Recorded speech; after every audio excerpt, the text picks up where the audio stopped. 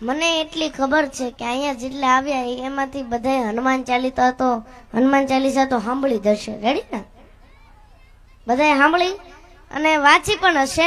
તો હનુમાન ચાલીસા આપણે વાંચવી છીએ, સાંભળવી છીએ, પણ એની રચના કેવી રીતે થઈ એ તો તમને ખબર નથી.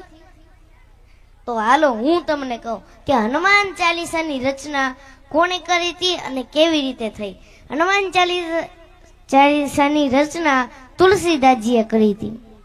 તુલસીદાસજી આ ધરતીની ઉપર 132 વર્ષ જીવ્યા.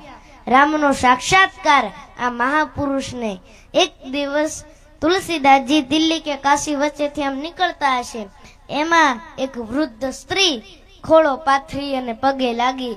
એટલે તરત તુલસીદાસજીએ બંને હાથ માથે મૂકી અને એટલા જ આશીર્વાદ આપ્યા કે અખંડ સૌભાગ્યવતી ભવા.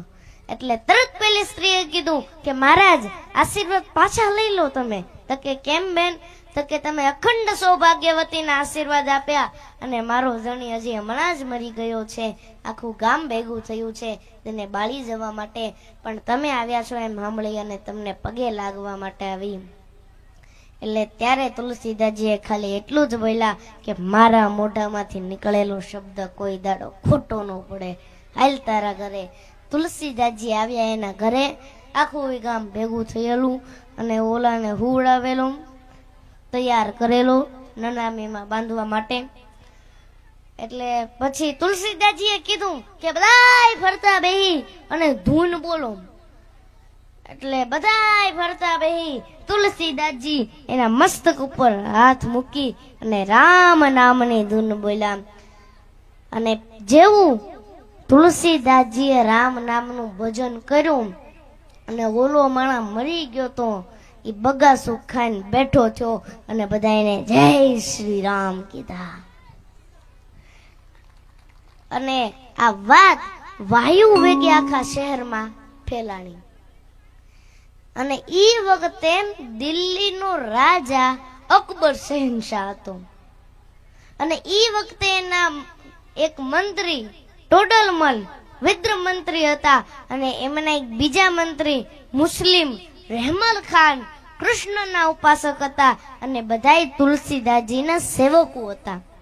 એટલે એને અકબરને કીધું કે महाराज हमारे राज्य में ऐसा एक साधु ऐसा एक फकीर है कि जो मुर्दों को भी जिंदा करता है. એટલે આ માણા હતા રાજા, એટલે એમને તરત ફરમાન કર્યું જાઓ तुलसीदास जी को दिल्ली दरबार में लेकर आओ.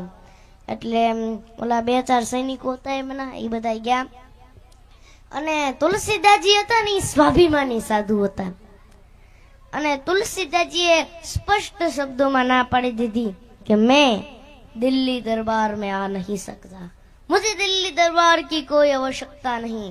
હવે ઓલા બધા બે ત્રણ જણા ભેગા આવ્યા હતા, એને કીધું કે મહારાજ દિલ્હી દરબારમાં આવા આટલું લોકો લાઈન લગાડે છે ને તમને સામેથી આમંત્રણ શહેનશાહનું.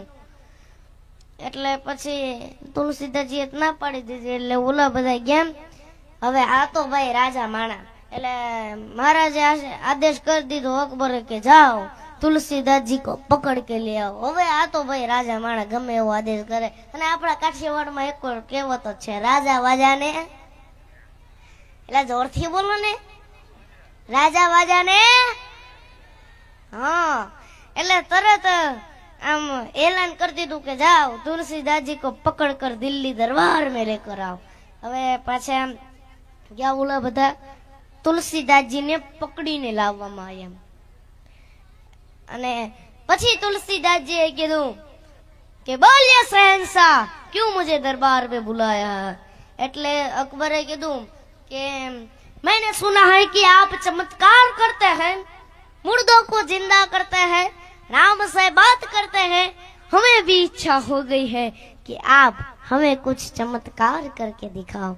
એટલે તુલસીદાસજીએ કીધું કે જો ભાઈ હું કઈ ચમત્કાર દેખાડવા વાળો જાદુગર કે તાંત્રિક નથી કે આમ ફટ કરીને આમ કરી નાખું. હું તો રામનો દાસ છું. હવે આ તો ભાઈ રાજા માણા, મેં કીધું એમ જ તે. એટલે તુલસીદાસજીએ છે ને એવું કીધું. એટલે પછી અકબરે સીધું ફરમાન બીજું કર્યું, જાઓ तुलसीदास जी को कैद कर लो અને તુલસીદાસજીને ફતેપુરની સિકરી છે ને એની જેલમાં પૂરી દીધા. અને જેનો ગુરુ હનુમાન હોય, જેનો બાપ સમર્થ રઘુવીર હોય, જેના રોમે રોમમાં રામ હોય, અને પછી તુલસીદાસજીના અંતરમાંથી જે શબ્દો નીકળ્યા એ 40 ચોપાઈને તુલસીદાસજી હનુમાન ચાલીસા નામ આપ્યું. અને પછી આ કાવ્ય જેલમાં લખાયા પછી તુલસીદાસજીએ પાઠ શરૂ કર્યા.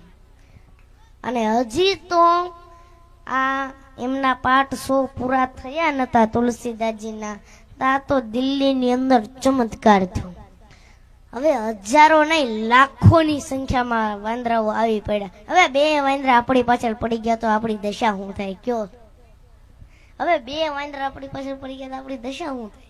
આ તો હજારો નહીં લાખોની સંખ્યામાં વાંદરાઓ ઊભા પછી બાજુ નકરા વાંદરાઓ અને આખી દિલ્હીને જમરોળી નાખી. એના પોલીસ, એના સૈનિકો, એના તોપ ગોળા કાંઈ કામ ન લાગ્યું. અને કહેવાય છે કે આ એના જે વાંદરાઓના ટોળા હતા એ બધા ભરતા થઈને અકબરના રાજ દરબાર સુધી પહોંચી ગયા મારા બાપ. હવે કોઈ કાબુ ન લઈ શકે કારણ કે બંદૂક ફોડે ગોળી ન નીકળે. હવે જવું ક્યાં? કોઈ કાબુ ન લઈ શક્યું 1, 2 અને 3 દિવસ સુધી કોઈ કાબુ ન લઈ શક્યું. અને પછી એક વૃદ્ધ હાફિઝ, ખુદાનો સાચો બંધુ હતો, એને તુલસીદાસજીને જેલમાં પૂર્યા હતા એટલે ઈ ખુદાનો સાચો બંધુ હતો. એટલે એને અકબરને જઈને કીધું કે શહેનશાહ, तुझसे एक साधु का अपराध हो गया है. मैंने सुना है कि तूने एक साधु को बंदी खाने में डाला है. एनी माफी मांगी, हाथ जोड़ी અને સન્માન પૂર્વક છોડી દેજે જો તારી જીવવું હોય તો. અને અકબર પાછો હતો ને બુદ્ધિશાળી માણા હતો, હારા માણાનો સંગ હતો એને. એટલે તુલસીદાસજીને છોડવામાં આવ્યા. અકબરે હાથ જોડી માફી માંગી અને કીધું કે हे महाराज, ये दरबार आपका है, मैं भी आपका हूँ, आते जाते रहिएगा. એટલે તુલસીદાસજીએ કીધું કે हम वहाँ नहीं बैठते जहाँ विलास होता है, हम तो वहाँ बैठते हैं जहाँ मेरा हनुमान होता है. અને આપણા હિન્દુ ગ્રંથો જે છે એમાં હોતન લખાણું કે જેવું અકબરે માફી માંગી અને હાથ જોડ્યા એમ વાંદરાઓ બધા અદૃશ્ય થઈ ગયા. અને ખાલી આપણા હિન્દુ શાસ્ત્રમાં લખાણું એવું જ નહીં કે પ્રેસ યુનિવર્સિટીના મહાન પ્રોફેસર હતા એને પણ લખ્યું છે. અને 2 યુનિવર્સિટીએ રિસર્ચ કરી અને આ વાત એના